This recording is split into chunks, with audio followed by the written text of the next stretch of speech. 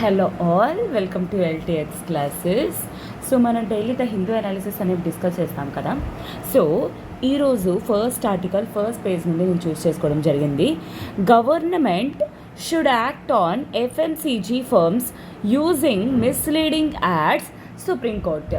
So Supreme Court ఏంటంటుంది, FMCG goods తాలూకా companies ఏవైతే ఉన్నాయో ఆ కంపెనీస్ ఏవైతే మిస్లీడింగ్ అడ్వర్టైజ్మెంట్స్ అనేవి ఇస్తున్నాయో వాటిపైన సెంటర్ ఇమ్మీడియట్లీ రెస్పాండ్ అనేది అయ్యి వాటికి పనిష్మెంట్ అనేది ఇవ్వాలి అండ్ ఆ కేసుని చూడాలి అనే విషయాన్ని సుప్రీంకోర్టు మెన్షన్ చేసిందనమాట, సెంటర్కి అడిగింది. సో ఆ కాంటెక్స్లోని ఈ FMCG గూడ్స్ అంటే ఏంటి, ఈ ఆర్టికల్ అసలు దేని గురించి మాట్లాడుతుంది, అసలు సెంటర్ని ఎందుకు సుప్రీంకోర్టు అసలు ఏ మ్యాటర్ని చూడమంటుంది ఎక్సెట్రా, ఇదంతా కూడాను ఇప్పుడు చూద్దాం. బట్ బిఫోర్ దాట్ ఒక చిన్న అనౌన్స్మెంట్. ఇప్పుడు మన LTX క్లాసెస్ వాళ్ళు UPSC మెంటార్షిప్ ప్రోగ్రామ్ అనేది కండక్ట్ చేస్తున్నారనమాట. అది డైరెక్ట్గా మన LTX క్లాసెస్ డైరెక్టర్ సార్ అయినా ఫౌండర్ సార్ అయినా సురేష్ సార్ డీల్ చేయబోతున్నారు. అండ్ ఈ యొక్క పర్టికులర్ మెంటార్షిప్లోని మీకు పర్సనల్ 1-to-1 ఇంటరాక్షన్ అనేది ఉంటుంది డైరెక్ట్గా సురేష్ సార్ తోటి.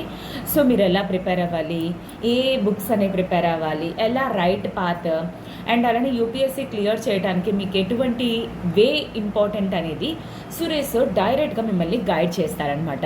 సో ఈ ప్రోగ్రాంలో మీరు జాయిన్ అవ్వాలి అనుకుంటే ఇమ్మీడియట్లీ 7893899553 ఈ నెంబర్ కాల్ చేసి మీ డౌట్స్ అనేవి క్లియర్ చేసుకొని త్వరగా జాయిన్ అయ్యే ప్రయత్నం అనేది చేయండి. అండ్ మీరు ఇంకొకటి ఏంటి అంటే, సార్ కేవలం 1 month ఇస్తారా 2 months ఇస్తారా అనేది కూడా మీకు అవసరం లేదు. ఎందుకంటే ఈ యొక్క పర్టికులర్ ప్రోగ్రామ్ తాలూకా వెలిడిటీ వచ్చేసరికి till you clear UPSC. Okay. And అలానే LTX క్లాసెస్ వాళ్ళు UPSC ఎవరైతే సిన్సియర్గా ప్రిపేర్ అవుతున్నారో మీకు అందరికీ కూడా ఉపయోగపడే విధంగా UPSC ఇన్ఫైనిటీ కోర్స్ అనేది లాంచ్ చేయడం అనేది జరిగింది. సో ఈ యొక్క పర్టికులర్ కోర్స్లోని మీకు GS foundation, prelims plus mains, CSAT, NCERT foundation, current affairs, prelims test series, mains answer writing అనేది ఉంటుందన్నమాట. అండ్ మన LTX క్లాసెస్ తాలూకా టీచింగ్ అనేది ఎలా ఉంటుంది అండ్ ఇక్కడ మీకు ఎటువంటి కేర్ అనేది తీసుకుంటారు ఏంటి అనేది మీరు తెలుసుకోవాలి అనుకుంటే you can also access for free demo class అనమాట. అండ్ దీని రిలేటెడ్ మీకు ఏమైనా ఎంక్వైరీస్ కానీ ఉన్నట్లయితే యూ కెన్ కాల్ 7893899553 ఈ నెంబర్ కాల్ చేసి మీ డౌట్స్ అనేవి క్లియర్ చేసుకొని త్వరగా జాయిన్ అయ్యే ప్రయత్నం అనేది చేయండి. అండ్ ఇంకొకటి ఏంటి అంటే, ఈ కోర్స్ మీరు ఒక్కసారి జాయిన్ అయితే ఇట్స్ లైఫ్ టైం వెలిడిటీ, అంటే మీరు ఎగ్జామ్ క్లియర్ చేసినంత వరకు కూడా LTX క్లాసెస్ తాలూకా సపోర్ట్ అనేది మీకు ఉంటుంది. అండ్ వైజాగ్లోని మన ఆఫ్లైన్ బ్రాంచ్ ఉండింది, ఆన్లైన్ క్లాసెస్ అనేవి కూడా అవైలబుల్గా ఉన్నాయన్నమాట. సో ఇప్పుడు FMCG, సో సుప్రీంకోర్టు ఏమంటుందంటే, ఈ ఫాస్ట్ మూవింగ్ కన్స్యూమర్ గూడ్స్, ఈ FMCG కంపెనీస్ ఏవైతే ఉన్నాయో అవి మిస్లీడింగ్ అడ్వర్టైజ్మెంట్స్ చేస్తున్నాయి. అంటే అర్థం ఏంటి, ఏ ప్రోడక్ట్స్ అయితే హెల్దీ కానివి అవి హెల్దీ కింద చెప్పడం, ఏవైతే క్వాలిటీ కానివి క్వాలిటేటివ్ ప్రోడక్ట్స్ అని చెప్పడం, అలాంటి వాటిని మిస్లీడింగ్ అడ్వర్టైజ్మెంట్స్ అని చెప్పేసి అంటారు. Particularly targeting families with babies and school children. ఎందుకంటే ఎస్పెషల్లీ చిన్నపిల్లలు కానీ స్కూల్ గోయింగ్ చిల్డ్రన్ ఉన్నారనుకోండి, వాళ్ళకి ఇంకా హెల్దీగా మెయింటైన్ చేయడం అనేది చాలా ఇంపార్టెంట్. వాళ్ళు ఏ ప్రోడక్ట్స్ అయితే కన్స్యూమ్ చేస్తారో లేకపోతే యూస్ చేస్తారో అవి క్వాలిటేటివ్గా ఉండాలి, హెల్దీగా ఉండాలి. అలా కాకుండా అవి క్వాలిటేటివ్ హెల్దీ అని చూపించారనుకోండి, వాటి వల్ల పిల్లలు తాలూకా హెల్త్ అనేది ఇంపాక్ట్ అవుతుంది.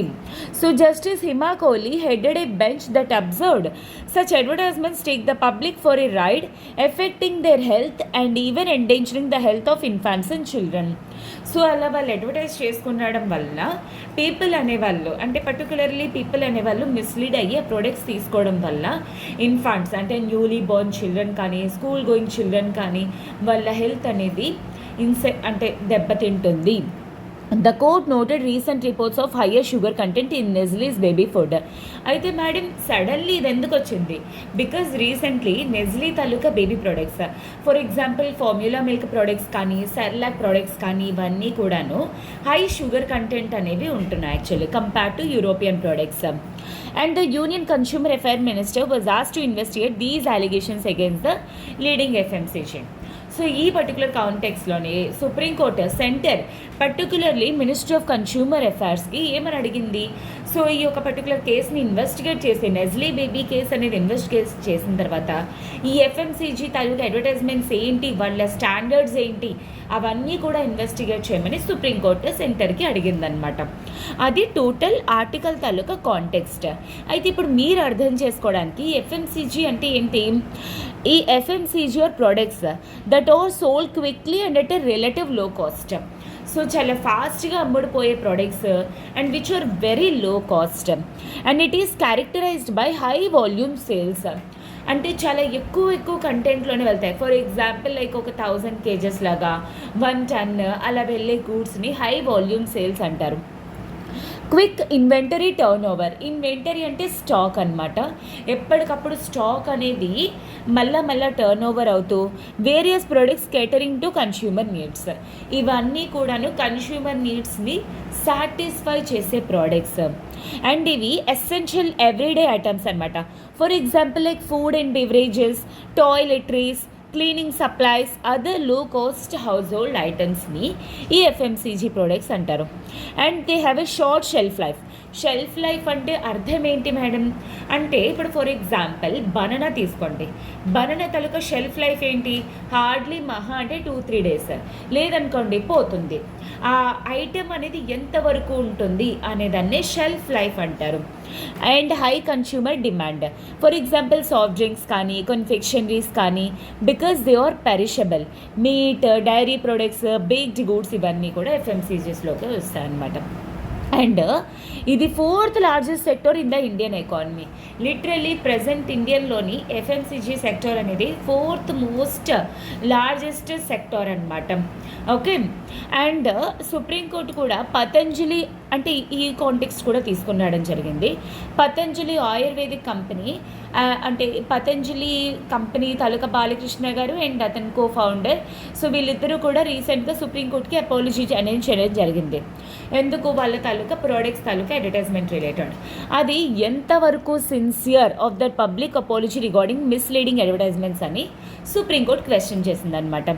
And the court widen the scope of the case and decided to implead the ministry of consumer affairs and information and broadcasting as parties. So ఈ కేసుని బ్రాడ్ చేస్తూ ఎక్స్టెండ్ చేస్తూ మినిస్ట్రీ ఆఫ్ కన్స్యూమర్ అఫైర్స్ని కూడా include చేయడం అనేది జరిగిందనమాట. And justice Kohli asked if the centre was taking any measures to identify FMCG companies using misleading advertisements. And వీళ్ళు అడిగారనమాట సుప్రీంకోర్టు కన్స్యూమర్ అఫైర్స్ మినిస్టర్ ఎంతవరకు ఈ ఇన్వెస్టిగేషన్ అనేది చేస్తున్నారు అనేది. And advertisement standing council of India has flagged 948 objectionable advertisements to the Ayush ministry in the past 2 years. Last 2 yearsలోని ఆయుష్ తాలూకా మినిస్ట్రీకి లిటరల్లీ 948 అబ్జెక్షన్స్ అనేవి ప్రజెంట్ ఈ అడ్వర్టైజ్మెంట్ స్టాండర్డ్ కౌన్సిల్ వాళ్ళు తీసుకెళ్లడం జరిగింది. వాటిని ఎంతవరకు ఇన్వెస్టిగేట్ చేశారు, ఏం మెషర్స్ తీసుకుంటున్నారు ఏంటి అనేది సుప్రీంకోర్టు సెంటర్ని అడిగిందనమాట. And Supreme Court urged the center to take against FMCG companies using misleading advertisements, especially those targeting vulnerable groups, for example babies, school children, and the court acknowledged that misleading advertisements could negatively impact public health. And Union Consumer Affairs Minister was asked to investigate allegations against Nestle regarding baby food products. So that is what this context anamata.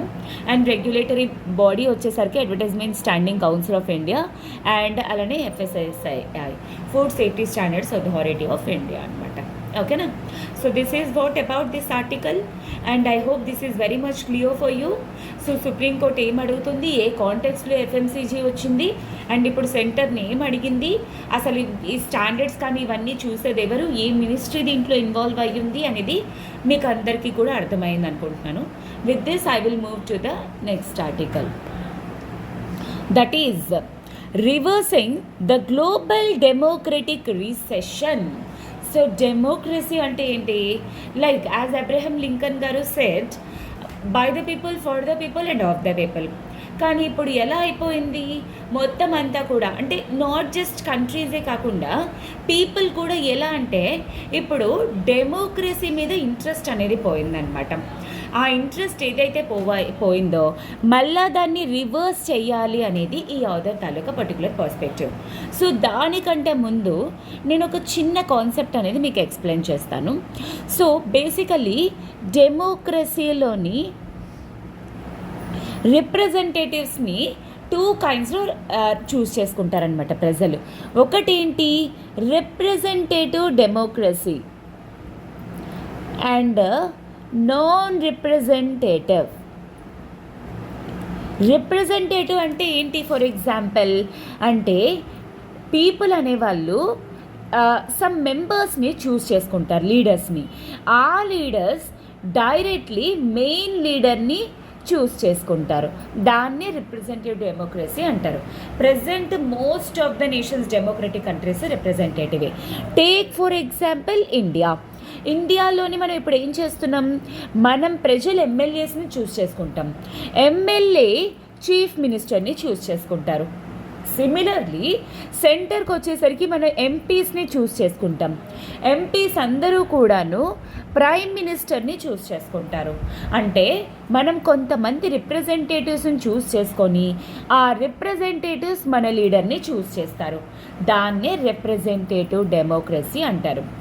Non representative అంటే అర్థం ఏంటి?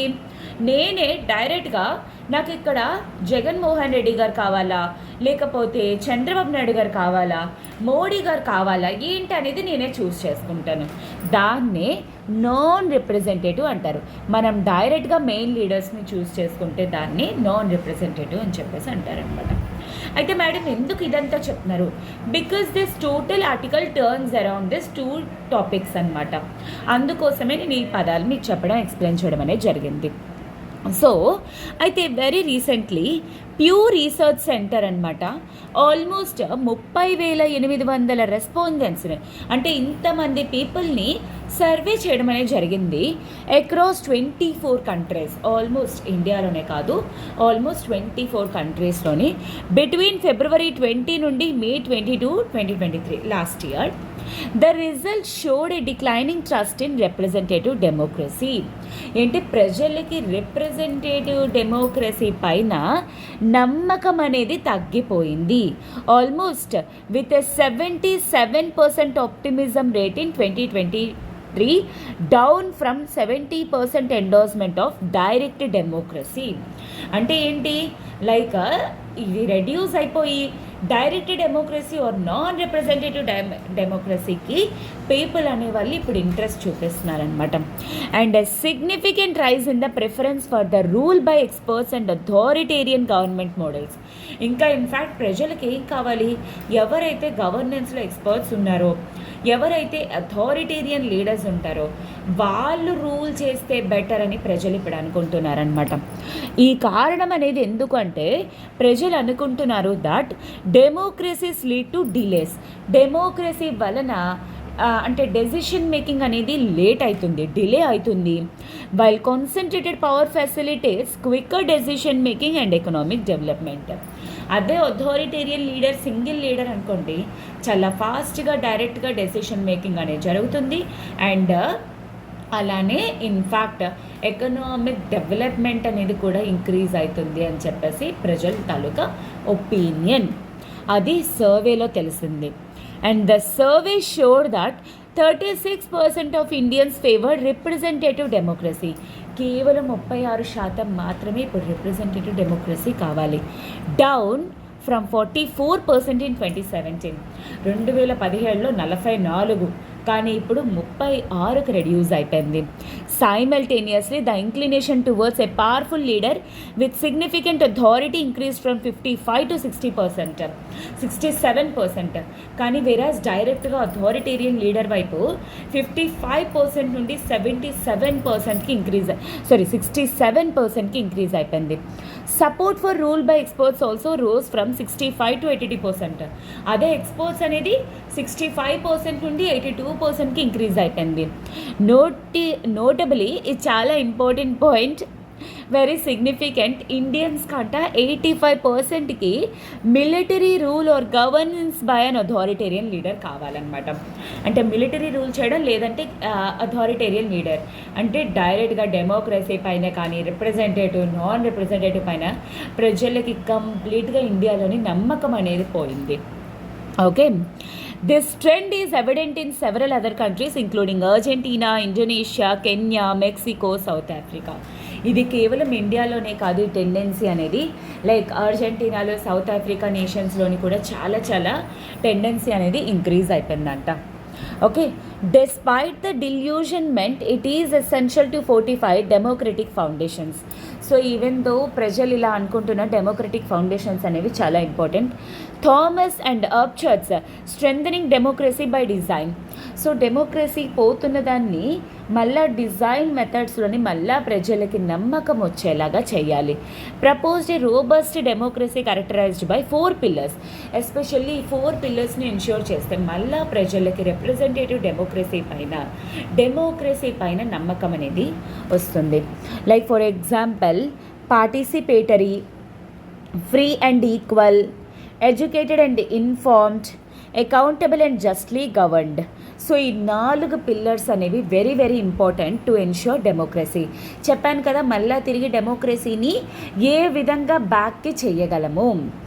Incorporating these fundamental attributes into governance is crucial for any democracy to truly function. So ఈ 4 characteristics అనేవి ఏ గవర్నమెంట్స్కైనా ఉన్నట్లయితే ఆటోమేటిక్గా మళ్ళీ ప్రజలకు ఆ గవర్నమెంట్స్ మీద నమ్మకం వస్తుంది, మళ్ళీ ట్రూ డెమోక్రసీ అనేది ప్రాపర్గా ఫంక్షన్ అవుతుంది అని చెప్పేసి ఆథర్ ఫీలింగ్ అనమాట. Governance should prioritise inclusivity and unity. Inclusivity అంటే ఏంటి? ఈవెన్ పూర్ పీపుల్ని కూడాను డెసిషన్ మేకింగ్లో ఇన్వాల్వ్ చేయడం. యూనిటీ అంటే ఏంటి? Hindus, Muslims, Christian, Parsis, Sikhs etcetera అందరూ ఒక్కటే. While addressing political polarisation and diverse societal needs. Enhancing education, investing in critical thinking, media literacy, conflict resolution training, and integrating the study of the constitution into curricula are essential steps to strengthen democratic foundation. So ప్రజలకి especially ఏంటి అంటే education improve చేయడం ద్వారా వాళ్ళకి ఎలా ఆలోచించాలి అనే దాన్ని అవేర్నెస్ క్రియేషన్ ద్వారా, మీడియాకి లిటరసీ ప్రొవైడ్ చేయడం, అండ్ అలానే చిన్నపిల్లలకి నుండి కాన్స్టిట్యూషన్ అనేది అలవాటు చేయడం. దీని ద్వారా డెమోక్రసీ తాలూకా ఫౌండేషన్స్ అనేవి మళ్ళా తిరిగి వస్తాయి. Promoting dialogue and negotiation crucial for creating an inclusive space. అంటే మాట్లాడుకోవడానికి, ప్రాపర్ కన్స్ట్రక్టివ్ డిబేట్స్ చేసుకోవడానికి ఎప్పుడైతే స్కోప్ ప్రొవైడ్ చేస్తారో అప్పుడు ఇంక్లూసివ్ స్కోప్ అనేది వస్తుంది, where everyone feels their voice is acknowledged and actively heard. ఎందుకంటే ఈరోజు నా వాయిస్ వినలేదనుకోండి, నేను చెప్పేది వినలేదనుకోండి, ఆటోమేటిక్గా నాకు పర్టికులర్ గవర్నమెంట్ మీద కానీ, ఫర్ ఎగ్జాంపుల్ ఇప్పుడు నేను అంటే మీరు చెప్పే వాటిని నేను పట్టించుకోవట్లేదు అనుకోండి, మీరు కింద ఏవైతే సజెషన్స్ ఆర్ కామెంట్స్ ఇస్తున్నారో అప్పుడు ఆటోమేటిక్గా నెక్స్ట్ డే మీకు నా క్లాసెస్ అనేవి వినబుద్దేదు. సో సింప్లీ ప్రజలు కూడా గవర్నమెంట్ వాళ్ళ బాధల్ని వినకపోతే ఏం అనుకుంటారు, ఇంకా ఈ గవర్నమెంట్ వేస్ట్ అనే ఫీలింగ్లోకి వెళ్ళిపోతారనమాట. అదంతా ఎన్ష్యూర్ చేయాలి అంటే ఇంక్లూసివిటీ అనేది ఇంపార్టెంట్. అంటే ఈవెన్ పూర్ పీపుల్, అంటే ఈవెన్ వెనరబుల్ సెక్షన్స్ తాలూకా వాయిసెస్ అనేవి కూడా వినాలి అండ్ వాళ్ళు ఉన్నారు అనే విషయాన్ని గుర్తించాలి. వీటన్నిటి ద్వారా తిరిగి డెమోక్రసీ అనేది మనం ఎన్ష్యూర్ చేయగలము అని అదర్ పర్స్పెక్టివ్ అనమాట. ఓకేనా? So moving to the next article, but before that ఒక చిన్న అనౌన్స్మెంట్. ఇప్పుడు మన ఎల్టీఎక్స్ క్లాసెస్ వాళ్ళు ఏపీఎస్సి గ్రూప్ 2 మెయిన్స్ క్లాసెస్ అనేవి తీసుకుంటున్నారనమాట. సో రీసెంట్లీ గ్రూప్ 2 తాలూకా ప్రిలిమ్స్ రిజల్ట్ అనేది రావడం జరిగింది. మెయిన్స్కి ఎవరైతే సిన్సియర్గా ప్రిపేర్ అవుతున్నారో మీకు అందరికీ కూడా ఉపయోగపడే విధంగా mains classes Indian economy, polity, SNT, AP economy, AP history provide చేస్తాం just at the rate of 5,000 rupees with life time validity opportunity. So దీని ద్వారా ఏంటంటే మీరు ఎగ్జామ్ క్లియర్ చేసినంత వరకు కూడా ఎల్టీఎక్స్ క్లాసెస్ తాలూకా సపోర్ట్ అనేది మీకు ఉంటుంది. దీని రిలేటెడ్ మీకు ఏమైనా ఎంక్వైరీస్ కానీ ఉన్నట్లయితే యూ కెన్ కాల్ 7893899553. ఈ నెంబర్ కాల్ చేసి మీ డౌట్స్ అనేవి క్లియర్ చేసుకొని త్వరగా జాయిన్ అయ్యే ప్రయత్నం అనేది చేయండి. So please do remember that if at all మెయిన్స్ని మీరు ప్రాపర్గా ఫినిష్ చేయాలి అనుకుంటే this is such a beautiful opportunity. And అలానే ఎల్టీఎక్స్ క్లాసెస్ వాళ్ళు మీకు టోటల్ మాడ్యూల్ కాకుండా రీసెంట్గా యాడ్ అయిన ఎస్ఎన్టీ మాడ్యూల్ మాత్రమే మీకు కావాలనుకున్నా సరే for APSC group 2 means just at the rate of 999, కేవలం 3 months వ్యాలిడిటీ అనమాట. బై యూపీఎస్సీ ఫ్యాకల్టీ చేత టీచ్ చేయబడుతుంది. అండ్ దీని రిలేటెడ్ మీకు ఏమైనా ఎంక్వైరీస్ కానీ ఉన్నట్లయితే యూ కెన్ కాల్ 7893899553. ఈ నెంబర్ కాల్ చేసి మీ డౌట్స్ అనేవి క్లియర్ చేసుకొని త్వరగా జాయిన్ అయ్యే ప్రయత్నం ఇది చేయండి. So moving to the next article. Towards a less poor and more equal country. So present ఇండియాలోని ఏమవుతుంది, ఇన్ఈక్వాలిటీ అనేది ఇంక్రీజ్ అయిపోతుంది. మేడం ఇన్ఈక్వాలిటీ అంటే ఏంటి? ఇన్ఈక్వాలిటీ మీన్స్ ఏంటి అంటే రిచ్ పీపుల్ వాళ్ళకి పూర్ పీపుల్కి వాళ్ళకి మధ్య గ్యాప్ అనేది ఇంక్రీజ్ అయిపోవడం. ఫర్ ఎగ్జాంపుల్ లైక్ నేను ఒక ₹1,00,00,000 నెలకు సంపాదిస్తున్నాను, ఇంకొక XYZ పర్సన్ ఉన్నారు, నెలకి కేవలం ₹100 ₹1,000 ఎర్న్ చేస్తున్నారు. That difference is called as inequality. For example like నేను నెలకి ₹1,00,000 సంపాదిస్తున్నాను, ఇంకొక XYZ అనే క్యాండిడేట్ కూడా almost 80 to 90 or 1,00,000 to 1,20,000 or 30,000. That is called as equality. అయితే ఏంటంటే మనకి కాన్స్టిట్యూషన్లోని డైరెక్టివ్ ప్రిన్సిపల్స్ ఆఫ్ స్టేట్ పాలసీలోని ఏమని మెన్షన్ చేస్తుంది? To avoid concentration of wealth, to avoid concentration of wealth in fewer hands. Okay, అంటే country తాలూకా wealth అనేది కేవలం కొందరు చేతుల్లోనే ఉండకుండా చెయ్యాలి అనేది మన directive principles of state policy part 4లోని మెన్షన్ చేయడం అనేది జరిగింది. దాన్ని ఎన్ష్యూర్ చేయాల్సిన రెస్పాన్సిబిలిటీ ఎవరిది? గవర్నమెంట్ది. కాకపోతే ఇప్పుడు ఏ విధంగా ఇన్ఈక్వాలిటీ అనేది ఉంది అండ్ ఏ విధంగా ఈక్వల్ కంట్రీ కింద తీర్చిదిద్దాలి అనేది ఈ యొక్క పర్టికులర్ ఆర్టికల్ తాలూకా పర్స్పెక్టివ్. ఓకేనా? So the world inequality labs working paper అంటే వీళ్ళు రిపోర్ట్ అనేది ఇచ్చారు. Income and wealth inequality in India 1920-2023 almost ఇన్ని ఇయర్స్ తాలూకా రిపోర్ట్ అనమాట. The rise of the billionaire raj అంటే అర్థం ఏంటి? లిటరల్గా పీపుల్ విత్ బిలియనైర్స్ వాళ్ళు ఇంక్రీజ్ అయిపోయారు. Reveals that income and wealth inequality in India is at an all time high. Present వచ్చేసరికి ఇన్ఈక్వాలిటీ అనేది ఇండియాలోని ఆల్ టైమ్ హైలో ఉంది. 1922 నుండి 2023 వరకు కంపేర్ చేస్తే ఇప్పుడు చాలా ఎక్కువ ఉందంట. The top 1% of the population holds 22.6% of India's national income. India తాలూకా నేషనల్ ఇన్కంలోని 22.6% టాప్ 1% పాపులేషన్ చేతుల్లో ఉంది, which is the highest in the last century. Last 100 yearsలో దిస్ ఈస్ ద హయ్యెస్ట్ అనమాట. And top 0.1% earn nearly 10% of the national income. అందులోని 0.1% top people 10% national ఇన్కమ్ని వాళ్ళే earn చేసేస్తున్నారు. In terms of wealth వచ్చేసరికి top 1% owns 40.1% of the national wealth. అదే ఆస్తిలోని country తాలూకా ఆస్తిలోని 40.1% టాప్ 1% పీపుల్ చేతుల్లోనే ఉంది. ద హైయెస్ట్ లెవెల్ సిన్స్ 1961 అనమాట. చూడండి ప్రజెంట్ ఎంత ఇన్ఈక్వాలిటీ అనేది ఉందో. The report states that about 10,000 individuals own an average of 22.6 billions in wealth. దావిడ 22.6 billions ఆల్మోస్ట్ 10,000 మంది చేతుల్లోనే ఉందంట. 16,763 times the average Indian wealth. అంత ఎక్కువ. ఈరోజు బిలియన్ కాదు కదా, మిలియన్ కూడా లేదు అసలు నిజం చెప్పాలంటే నా చేతుల్లోనే. ఇన్ఫ్యాక్ట్ అలాంటిది ఇంతమంది బిలియనియర్స్ అనేవాళ్ళు ఉన్నారు. అండ్ నేషనల్ యావరేజ్ తీసుకుంటే ఇంత టైమ్స్ ఎక్కువ అది. So that much inequality, seriously. The report emphasizes that the rise in income and wealth inequality is detrimental to economic growth and human development. Of course, economic growth కానీ human development కానీ చాలా వరకు కూడా ఇది నెగటివ్గా impact చేస్తుంది. And inequality undermines both growth and reduction of poverty. Okay, growth పెరగదు, poverty increase అయిపోతుంది. The authors state that India's economic growth has not translated into growth in human development, as evident in India's ranking of 134 out of 193 countries in the Human Development Report of 2023-2024. So present India taluka growth rate almost 6% plus ఉంది, కాకపోతే still inequality ఉంది. That is what human development రిపోర్ట్లో చూపిస్తుంది 2023-2024. ఎందుకంటే India తాలూకా developmental rate అనేది 134 out of 193 countries. అంటే ఎంత human development అనేది ఇండియాలో లేదు. The report also asserts that improvements in human development should precede economic growth to ensure sustainability. So growth అనేది ఎలా ఉండాలి? సస్టైనబిలిటీ ఎన్ష్యూర్ చేసే విధంగా. కంట్రీ తాలూకా నేషనల్ ఇన్కమ్ కానీ జీడిపి కానీ ఇంక్రీజ్ అవుతుందంటే అది అందరి దగ్గర నుండి రావాలి తప్ప ఒక్కరి నుండో ఇద్దరి నుండో వస్తే కంట్రీ ఎప్పుడు డెవలప్ అవ్వదు అనమాట. అది ఎన్ష్యూర్ చెయ్యాలి అంటే అందరికీ ఈక్వాలిటీ అనేది ఉండాలి. That is what author is telling. The report traces the rise of income and wealth inequality in India from 1920s to the present. It highlights that inequality began increasing with the liberalization in the 1980s and became more pronounced after 1991 economic reforms. అది ఎప్పుడు start అయింది? 1980s తర్వాత. 1991 LPG reforms తర్వాత ఇంకా inequality అనేది పెరిగిపోయింది. The author also compare India's income and wealth inequality with other countries like China and Vietnam, demonstrating that India is poor and very unequal country.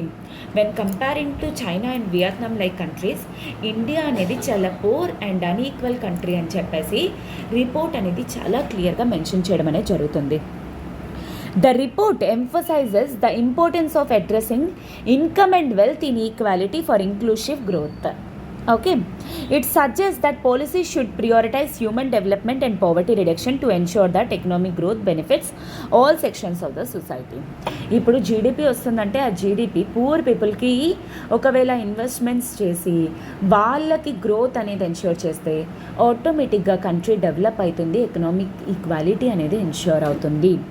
The authors also question the sustainability of current levels of inequality and warn potential social and political upheaval if inequality continues to worsen. If at all ఇంకా inequality కానీ increase అయిపోతే, verse సిచ్యుయేషన్స్లో కానీ వెళ్ళిపోతే, in fact country తాలూకా social issues కానీ political issues కానీ ఇంకా peaks లెవెల్లోకి వెళ్ళిపోతుంది. అప్పుడు కంట్రీ తాలూకా టోటల్ అసలు ఆ సస్టైనబిలిటీ అనేదే పోతుంది అనేది ఆథర్స్ తాలూకా మెయిన్ పర్స్పెక్టివ్ అనమాట. ఓకేనా? So I hope this is very much clear for you and that is what article is focusing upon. Okay, so with this I will move to the next article, that is how is India planning to boost EV production. EVs ante enti? electronic vehicles. So as of now ఇండియాలోని మనకి petrol cars లేదా petrol bikes, diesel cars ఇవన్నీ కూడా utilise చేస్తున్నాం. So ఈ vehicles ద్వారా ఏంటి pollution అనేది జరుగుతుంది. ఈ పొల్యూషన్ అనేది carbon dioxide emissions, carbon monoxide emissions, sulphur dioxide ఇవన్నీ ఎమిషన్స్ అనేవి వస్తున్నాయి. అండ్ పీపుల్ తాలూకా హెల్త్ అనేది కూడాను డిటీరియోరేట్ అయిపోతుందన్నమాట. అండ్ ఇండియా వచ్చేసరికి బై 2070 కల్లా కార్బన్ డైఆక్సైడ్ ఎమిషన్స్ ఏవైతే ఉన్నాయో అవి న్యూట్రలైజ్ చేస్తాము అని చెప్పేసి టార్గెట్ అనేది తీసుకోవడం అనేది జరిగింది.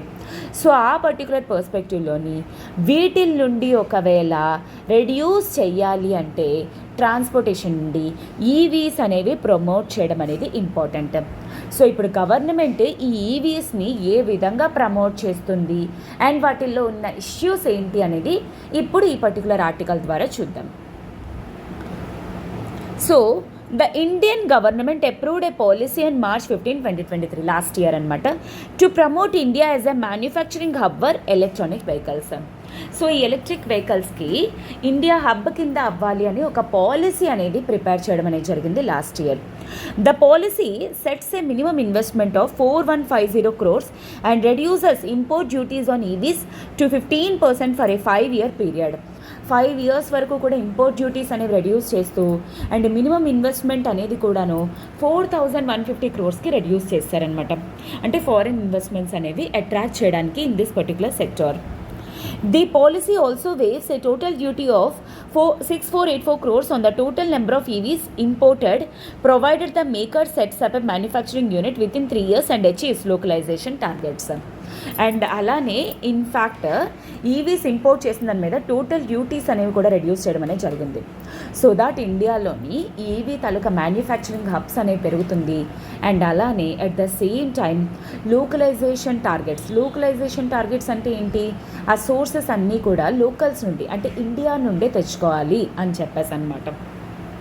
అయితే ఈ ఈవీస్ అనేవి ఎందుకు, ఎన్వైర్మెంటల్ బెనిఫిట్స్ అనమాట. It has the potential to reduce greenhouse gas emissions and combat climate change. చెప్పాను కదా, మన క్లైమేట్ చేంజ్ గోల్స్ ఏవైతే ఉన్నాయో అవి అచీవ్ చేయాలి అంటే ఈవీస్కి షిఫ్ట్ అవ్వడం అనేది it is high time. And energy diversity, so that it contribute energy diversity by reducing dependence on oil imports. Present మన ఇండియా తాలూకు ఆయిల్ బిల్ అనేది చాలా ఎక్కువ ఉంది. దాన్ని మనం రెడ్యూస్ చేయాలన్నా సరే ఇది one of the better option and alternative option. Technological advancements and job creation. So development adoption of EVs have spur technological advancement in battery టెక్నాలజీస్లోని అండ్ అలానే ఛార్జింగ్ ఇన్ఫ్రాస్ట్రక్చర్లోని. అండ్ వీటి వల్ల ఏంటి అంటే ఎంప్లాయ్మెంట్ జనరేషన్ అనేది కూడా ఇంక్రీజ్ అవుతుంది. Long term cost savings. EVs అనేవి లోవర్ ఆపరేటింగ్ కాస్ట్ అనమాట. Comparatively electricity generally cheaper than gasoline or diesel. Present petrol rate ఎంత ఉంది, ప్రజెంట్ కరెంట్ రేట్ ఎంత ఉంది. Decongesting cities. Electric vehicles can help decongesting cities by promoting shared mobility and compact design. So shared mobility వల్ల actually decongest అనేది అవుతుంది. Present traffic ఏ రేంజెస్లో ఉంటున్నాయి. ఎస్పెషల్లీ హైదరాబాద్, ముంబై, ఢిల్లీ, బెంగళూరు లాంటి ఏరియాస్లోని నిజం చెప్పాలంటే బయటికి రావడానికి కూడా చిరాకేస్తుంది. ఎంతసేపు వర్క్ ఫ్రమ్ హోమ్ చేసుకుందామనే కాన్సెప్టే ఉంటుందన్నమాట. సో అలాంటి పర్స్పెక్టివ్లో ఉండేటప్పుడు ఏంటి అంటే ఇలాంటి ఒక ఆప్షన్ ఇది సిటీస్ని డీకంజెస్ట్ చేయడంలోనే హెల్ప్ చేస్తుంది ఈవీస్ అనేవి. అయితే ఈ యొక్క స్టెప్ని టాటా మోటార్స్ వాళ్ళు అపోజ్ చేయడం అనేది జరిగింది. The Tesla proposal arguing that lowering duties would harm the domestic industry. ఎందుకంటే దీనివల్ల డొమెస్టిక్ ఇండస్ట్రీ అనేది అంటే ఇండియాలోని ఎవరైతే ఉన్నారో వాళ్ళ తాలూకా సెంటిమెంట్స్ అనేవి hurt అవుతాయన్నమాట. Rajat Mahajan, partner at Deloitte India, assessed the policy from the perspective of domestic players and stated that the policy benefits OEMs catering to consumers in the higher end of the market.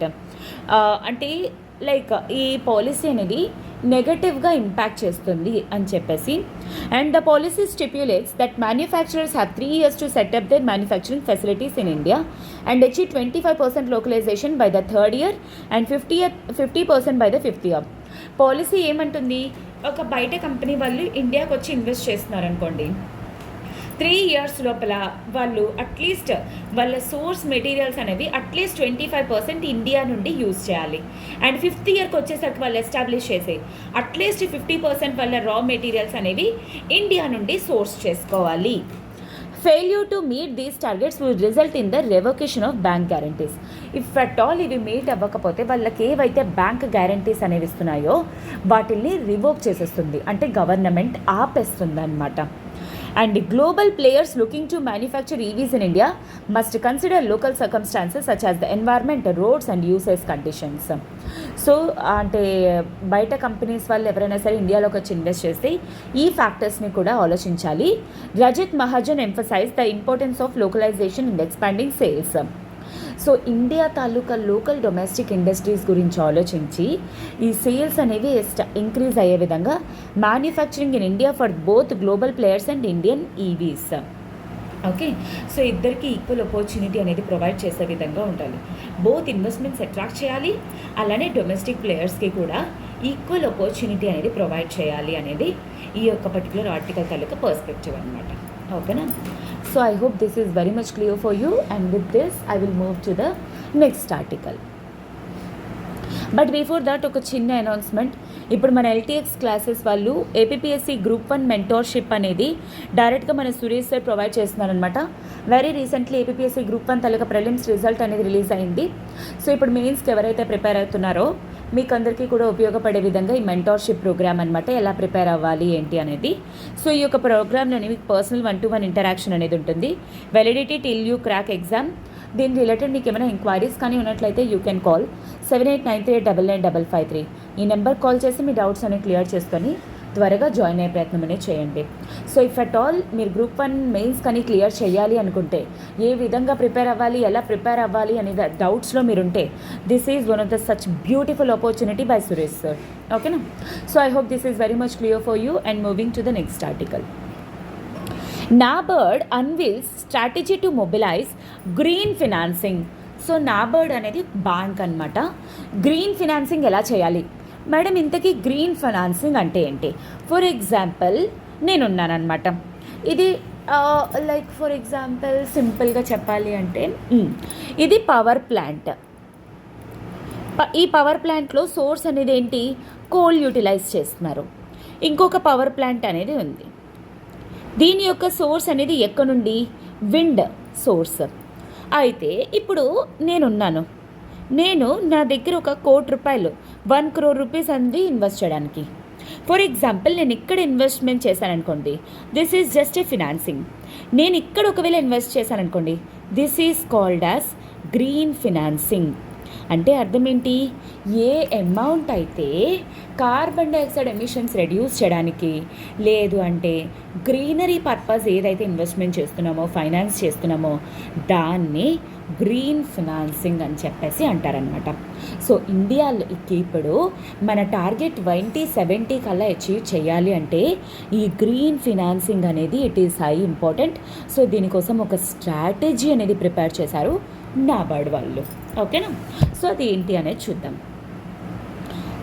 NABARD on Earth Day unveiled its climate strategy for 2030. 2030 కల్లా మన climate strategy ఎలా ఉండాలి?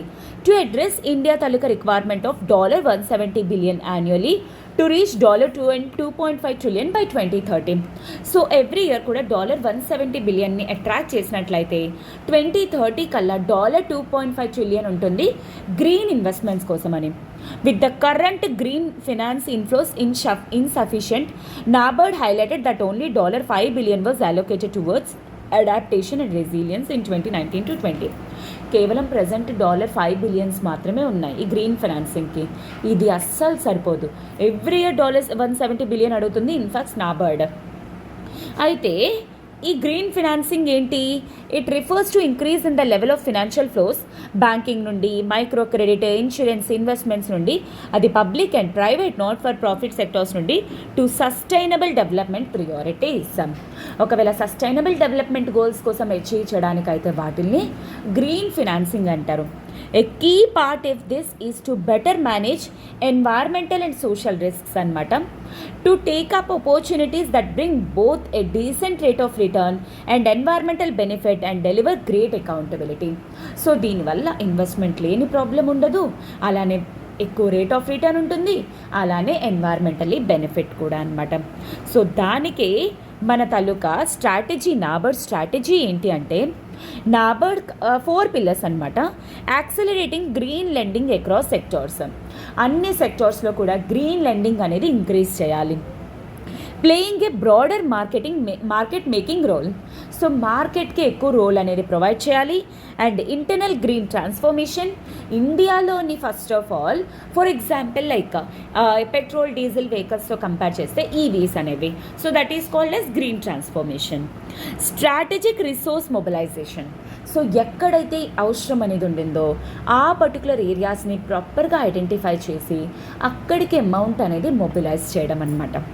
And ఈ NABARD ఏంటి అంటే, ఈ NABARD national bank for agricultural and rural development అనమాట.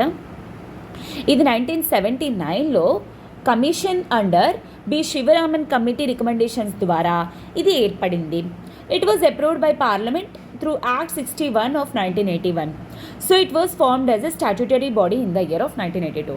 So do remember that NABARD is a statutory body under NABARD Act anamata. It was established to meet the credit needs of agriculture and rural development. Especially NABARD ఎందుకు create చేశారు అంటే rural areas తాలూకా డిమాండ్స్ని, credit ఫెసిలిటీస్ని meet అవ్వడానికి అనమాట. It was envisioned as the national apex institute for the entire rural credit system. So rural ఏరియాస్లోని credit system మొత్తానికి కూడాను ఇది ఒక టాప్ ఆర్గనైజేషన్ అనమాట. దీని తాలూకా హెడ్ క్వార్టర్స్ ముంబైలో లొకేట్ అయ్యింది. దీని ఫంక్షన్స్ వచ్చేసరికి రూరల్ ఇన్ఫ్రాస్ట్రక్చర్ని బిల్డ్ చేయడానికి రీఫైనాన్స్కి అమౌంట్ అమౌంట్ అనేది ప్రొవైడ్ చేస్తుంది. ఆర్బీఐకి రికమెండేషన్స్ అనేవి ప్రొవైడ్ చేస్తుంది. లైసెన్సెస్ అవి ప్రొవైడ్ చేయడంలో కోఆపరేటివ్ బ్యాంక్స్ని సూపర్వైజ్ చేస్తుంది. రీజనల్ రూరల్ బ్యాంక్స్ని ఈవెన్ ట్రైనింగ్ అనేది కూడా ప్రొవైడ్ చేస్తుంది. హ్యాండీక్రాఫ్ట్ ఆర్టిజాన్స్కి improves the credit delivery system in India. Rural ఏరియాస్లోని క్రెడిట్ డెవలప్ చేయడంలోని, క్రెడిట్ సిస్టమ్ ఎన్ష్యూర్ చేయడంలోని చాలా క్రూషియల్ రోల్ అనేది ప్లే చేస్తుంది ఈ నాబార్డ్ అనేది అనమాట. అండ్ అలానే అంటే ప్రజెంట్ ఈ డిస్కషన్స్లోని డిఎల్ఎఫ్ అని చెప్పేసి ఒక లీడింగ్ రియల్ ఎస్టేట్ డెవలపర్ వాళ్ళే ప్లెడ్జ్ తీసుకోవడం అనేది జరిగింది. సస్టైనబుల్ డెవలప్మెంట్కి సపోర్ట్ చేస్తామని by implementing practices like zero discharge water systems కానీ, సీవేజ్ ట్రీట్మెంట్ ప్లాంట్స్ కానీ, DLF recycle millions of litres of water daily, reducing the strain on local water resources. So recycle చేస్తాము వాటర్ని etcetera ఇలాంటి targets అన్నీ కూడాను DLF తీసుకుందనమాట. The only real estate company featured in the Dow Jones sustainability index అనమాట for the past 3 years has shown its commitment to environmental, social and governance excellence. So DLF తీసుకున్న achievements అనేవి global లెవెల్లో కూడాను actually ఇది ఒక inspiration అనేది తీసుకొస్తుంది. The company prioritises greenery preservation and water conservation which supports horticulture, secondary water usage and lake replenishment and reduces ground water resilience. వీటన్నిటి ద్వారా ఎన్వైర్మెంటల్కి వాళ్ళు ఏ విధంగా సపోర్ట్ చేస్తాము అనేది స్ట్రాంగ్ కమిట్మెంట్ అనేది చూపిస్తున్నారు డిఎల్ఎఫ్ వాళ్ళు. And this is such a role inspiration for మిగతా ప్రైవేట్ కంపెనీస్ వాళ్ళకి ఎవరైతే ఎస్పెషల్లీ గ్రౌండ్ వాటర్ యూజ్ చేస్తున్నారు, కార్బన్ డైఆక్సైడ్ ఎమిషన్స్ ఎక్కువ యూజ్ చేస్తున్నారు, లోకల్ వాటర్ సోర్సెస్ అనేవి ఎక్కువ యూజ్ చేస్తున్నారు, వాళ్ళందరికీ కూడా this is such a true inspiration అనమాట డిఎల్ఎఫ్ అనేది. ఓకేనా? So with this I will move to the next article, that is last article. IR పేజ్లో ఉంది. 5 dead trying to cross English Channel hours after UK passes deportation law. So ఈ particular article నేను ఎందుకు చూస్ చేసుకున్నానంటే, ఇంతకీ UK తాలూకా ఈ deportation లా దేనికి, ఈ English channel అనేది ఎక్కడ లొకేట్ అయింది, ఎస్పెషల్లీ జాగ్రఫీ పర్స్పెక్టివ్లో ఇది హైలీ ఇంపార్టెంట్ అనమాట. This is where English channel is located. And English channel అనేది యునైటెడ్ కింగ్డమ్కి ఇంకా ఇక్కడ మనకి మధ్య ఇంగ్లీష్ ఛానల్ అనేది లొకేట్ అయ్యి ఉందన్నమాట. So this is what Isle of Wight ఇవన్నీ కూడా లొకేట్ అయ్యి ఉన్నాయన్నమాట. And yes, this is what English Channel and geography location పర్స్పెక్టివ్లో. అండ్ రీసెంట్గా ఇంగ్లీష్ ఛానల్ని దాటుతూ ఒక 5 చనిపోయారనమాట. ఎందుకు దాటుతున్నారు? Because UK very recently deportation law అనేది పాస్ చేసింది. ఇంతకీ డిపోటేషన్ లా ఏంటి? UK government passed a law that allows for the deportation of, అంటే పంపించేస్తుంది, asylum seekers to Rwanda. So Rwanda నుండి అసైలమ్ కోసం అంటే ఏమంటారు అంటే యూకేలో ఉంటాము అని చెప్పేసి అడగటం అసైలమ్ అనమాట. సో ఎవరైతే ఆ సీకర్స్ ఉన్నారో యూకే దాన్ని రిజెక్ట్ చేసి మళ్ళీ తిరిగి రవాండాకి పంపించేస్తామని చెప్పేసి primarily aimed at stopping migrants entering UK via small boats through English Channel. Especially చిన్న బోట్స్ నుండి ఇంగ్లీష్ ఛానల్ దాటుకొని ఎవరైతే వచ్చేస్తున్నారో వాళ్ళని తిరిగి పంపించేస్తామని. This law has face criticism from various human rights groups. ఎందుకంటే రవాండాలో వాళ్ళు చాలా హ్యూమన్ రైట్ వైలేషన్స్ అనేవి ఫేస్ చేస్తున్నారు కాబట్టి వీళ్ళు ఇంగ్లీష్ ఛానల్ దాటి యూకేకి వచ్చేస్తున్నారు. కానీ ఇప్పుడు వీళ్ళు మళ్ళీ తిరిగి పంపించడం వల్ల హ్యూమన్ రైట్ వయలేషన్స్ అనేవి జరుగుతున్నాయి. And opposition parties with concerns over it's legality and the safety of Rwanda as a third country accepting asylum seekers. And UK government's decision to send asylum seekers to Rwanda has raised concern over the safety of the country as a third country accepting refugees. So especially ఒక third country రెఫ్యూజీస్ని accept చేయడంలోని UK ఎంత commitment అనేది చూపిస్తుంది అనేది fail అవుతుంది అని చెప్పేసి అపోజిషన్ పార్టీ వాళ్ళు, హ్యూమన్ రైట్స్ గ్రూప్ వాళ్ళు క్రిటిసైజ్ చేస్తున్నారు. The UK parliament had wanted to include amendments in the legislation to monitor the safety of Rwanda but was unable to due to time constants. చేయాలి అనుకున్నారు parliament వాళ్ళు Rwanda safety కోసం, but in fact అది చేయలేకపోయారు అనమాట. So that is what this article, English Channel and Rwanda. And that is the last article for today. And daily లాగే మనం ఈరోజు ఒక క్వశ్చన్ అనేది ఫ్రేమ్ చేయడానికి ట్రై చేద్దాం. బట్ బిఫోర్ దాట్ ఒక చిన్న అనౌన్స్మెంట్. ఇప్పుడు మన LTX క్లాసెస్ వాళ్ళు UPSC మెంటర్షిప్ అనేది సురేష్ సార్ డైరెక్ట్గా ప్రొవైడ్ చేస్తున్నారు పర్సనల్ 1-to-1 ఇంటరాక్షన్ తోటి. సో UPSC అనేది క్లియర్ చేయాలి, క్రాక్ చేయాలి అనేది మీ టార్గెట్ అయితే definitely this guidance programme is for you. Till you crack the exam call 7893899553. And అలానే యూపీఎస్సీ ఇన్ఫైనిటీ ప్రోగ్రామ్, దీంట్లో ప్రిలిమ్స్ ప్లస్ మెయిన్స్, ఈసాట్, NCERT foundation, current affairs test series, answer writing అన్నీ ఉంటాయి. అండ్ లైఫ్ టైం వెలిడిటీతో రావడం వల్ల మీకు ఇది high opportunity అనేది ప్రొవైడ్ చేస్తుంది. ఫ్రీ డెమో కోసం యూ కెన్ కాల్ 7893995553. అండ్ అలానే అవైలబుల్ ఆఫ్లైన్ అండ్ ఆన్లైన్ వైజాగ్లోని ఆఫ్లైన్ కోర్స్ కూడా ఉంటుంది. Okay, so yes, we shall see today's question of the day. Question of the day.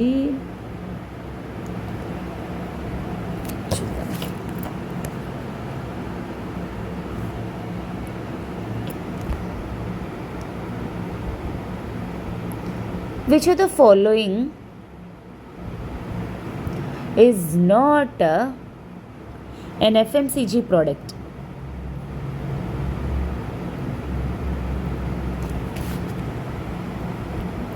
Option A, Cerelac. Option B, powder, face powder amma. Option C, electronic vehicles. Option D, all the above. Okay, so కింద comment బాక్స్లో మీ answer అనేది mention చేయండి if at all you understood this class.